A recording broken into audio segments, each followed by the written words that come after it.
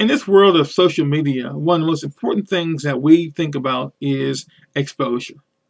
When you see a video, you look at the numbers and you say, wow, this guy has millions of hits. Now, there was a time not too long ago when YouTube first came out and people had videos, you would see maybe 1,000, 2,000, 10,000, 100,000 views or hits. And you would say, wow, that's viral.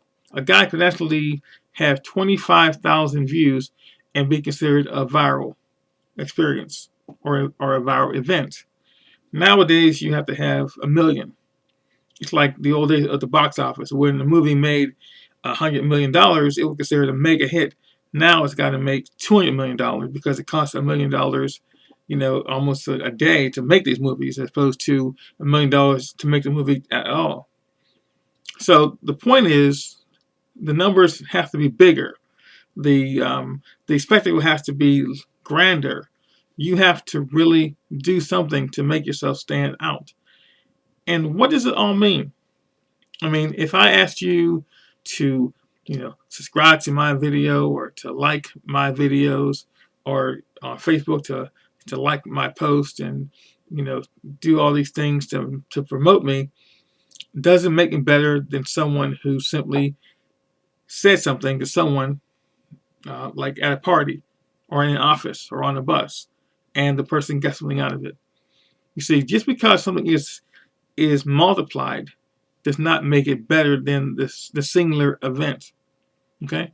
It's like a guy who could go out and he could talk to somebody and he could make them laugh, or he could make them cry, or just some kind of emotion he could dredge up in them because of his ability to speak and to communicate.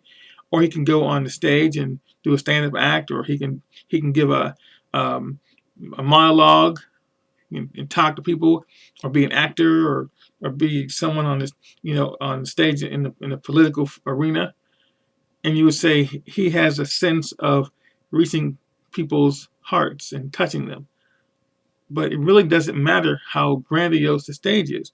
It's what you have to say to the individual.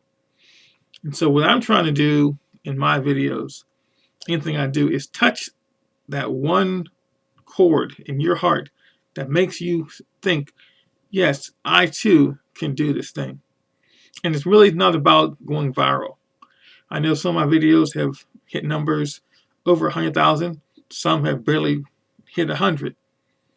But the point is, every one I make is important. It's important that the message be clear, concise, that if I'm trying to teach you something, that you can understand it, you can learn from it, you can utilize it. If I'm trying to say something, it's something that you need to hear because I have experience of life. I've lived for over 50 years and I've seen things. Okay? And one day when you reach this level of existence, you'll feel the same way. You'll say, you know what?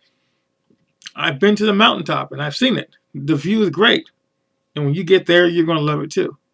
Or you can say, you know what? I've been through a lot of stuff and I want you to avoid it because this sucks. Whatever the case, you have to understand that when someone is speaking to you, they have a unique viewpoint and they wish it to be understood. So it's not about going viral. It's not about having thousands of people or millions of people say, hey, I know John. It's about someone who would be able to look at me and say, you know what, that guy is a good man. And if I knew him in person, he would be just as personable as he appears on the video. Because that's who I am. I'm someone who is just like you. Every day I get up and I think about my life. I think about how much longer I'm going to be here, what I want to do while I'm here, what will be my legacy, and what mistakes I need to avoid that I keep making on a daily basis. And we're all that way. I don't care who you are. You can be Barack Obama. You can be Brad Pitt. You can be anyone. You can be Bob Nobody. The point is, you feel that you have something to contribute to first yourself, those around you, those in your influence, and then the world at large. And that's what it's all about. Now, of course, this comes through basically living and self exploration, looking at yourself and saying, how do I want to change and what do I want to maintain? There are things about myself that I really like, and there are things about myself that I don't like. And if the things that I don't like about myself, I try to focus in a way of changing them, but not focus so much that they define me.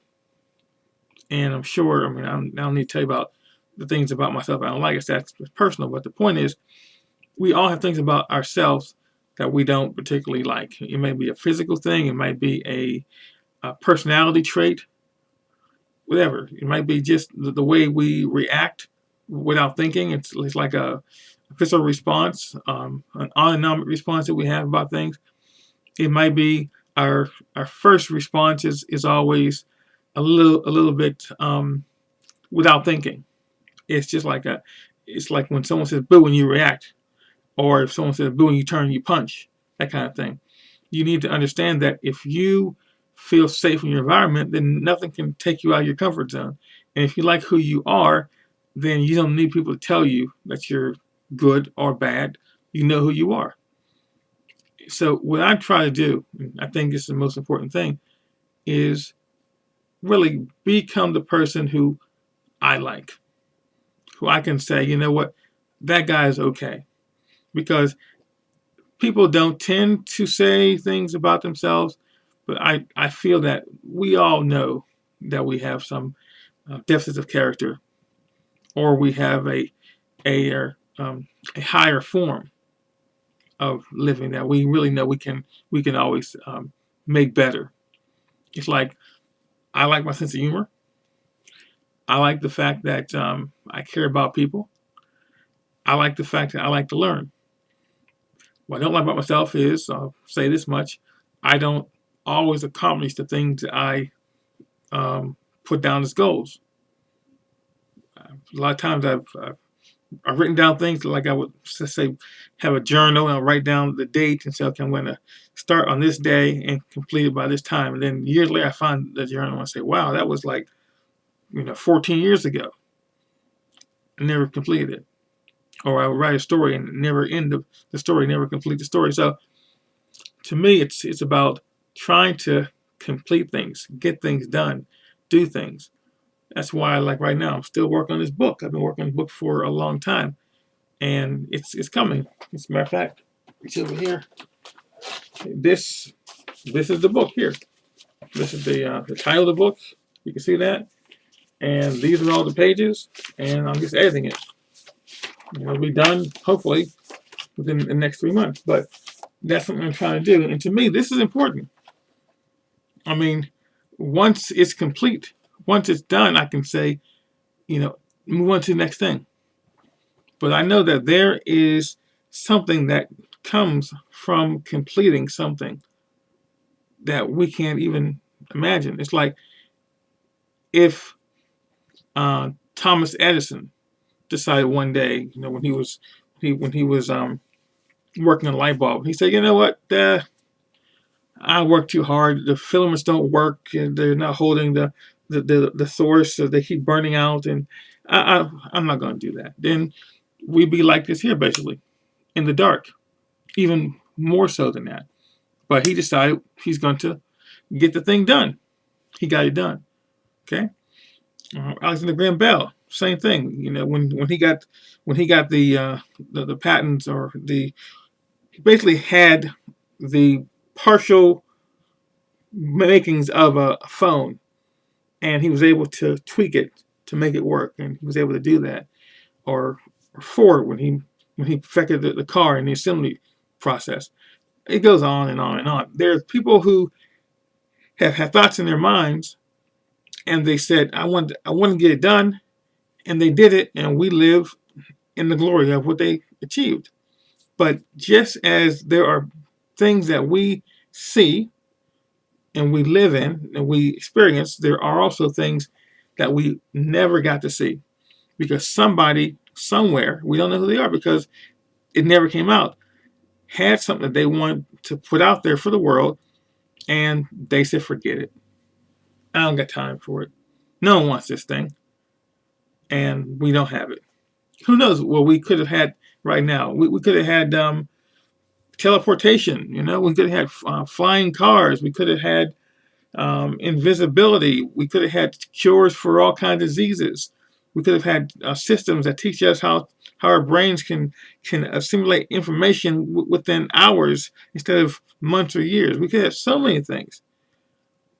But the person working on these things decided that they just didn't want to do it anymore. They just didn't think it was necessary, and the world didn't need it, and so we don't have it. And so I'm not saying that my book or a video that I make can change the world, but it might change someone's world. That's the important thing.